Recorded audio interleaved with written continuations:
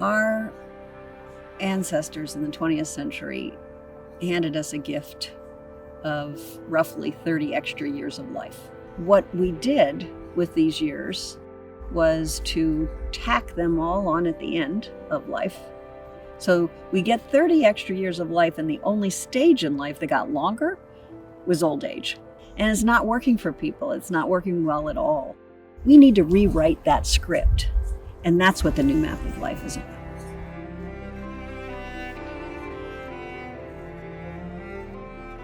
The overall lifespan can be altered in a way that really people can take a little more time, perhaps at different stages in their life, perhaps more for education, spending more time with their family.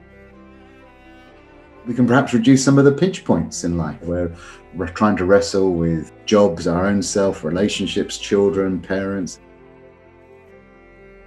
So we need to just redesign the map of life.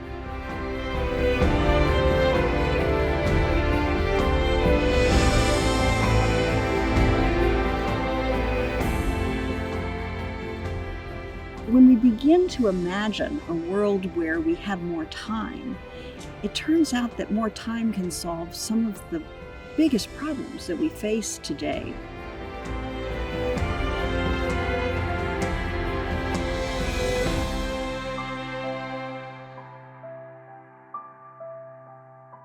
We added more years to life expectancy in a single century than we added across all prior millennia of human evolution combined. Until 3,000 years ago, our life expectancies were about 18 years. People would just, be able to live independently, reproduce, and hope those offspring can hang around long enough to reproduce, and then you die. That was life. That was touch and go for humans through most of the millennia of human evolution until about 100 years ago. Suddenly they get along. But I think it's that shortness of life that really pressured people to fit it all in. The culture, the things that really are the standards and the norms that set in our lives, things like when we go to school, when we retire, those are really still around from previous times. And we have sort of this mismatch of people now expecting to live much longer lives, but still living them according to the norms of shorter lifespans. We don't have to live that way anymore. But it's so deeply rooted in our culture, in our way of thinking, that faster is better. The more we can achieve at the youngest of ages, the better. The 30 extra years for many people just really feel like a burden more than a gift. Individuals are struggling to be able to think how they can save enough money working 40 years to live another 30 years not working. Policymakers are concerned because of policies that were put in place on the presumption that we had many more young people than old people. If instead we say we've got 100 years of life as opposed to 50 years of life, how would we work for 100 years of life?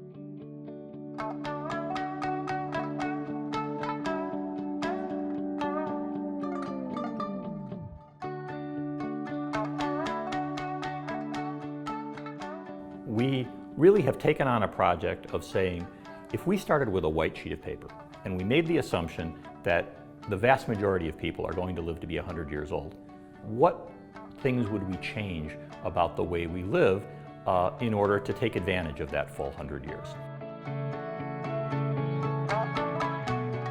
We can play with options rather than commit so quickly. How about if we stretch out life so that people aren't working at reaching the peak of their careers at the same time they're raising young children? I think in the face of an aging society, we've really got to focus on how people age. I like the idea of making high school longer and spending a lot less time in the classroom. So one idea is to have 2 internship years during high school. And for one, you would do community service so that young people would really get involved in the neighborhoods and communities where they live and begin to solve some of the problems that they face.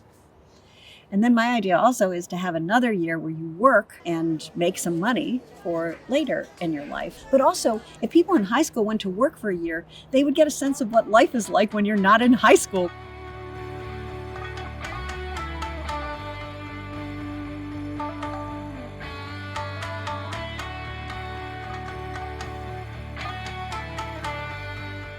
So I have the privilege of co-leading the New Map of Life Fellows program. And what the fellows are is really the heart of what we're trying to learn about the New Map of Life. And so we have hired a research fellow to spend 2 years diving deeply each into a domain to create a living document of some kind that says, what do we know about what's been tried, what's worked, what hasn't, and finishing finally with recommendations for where the most fruitful opportunities are to actually impact change.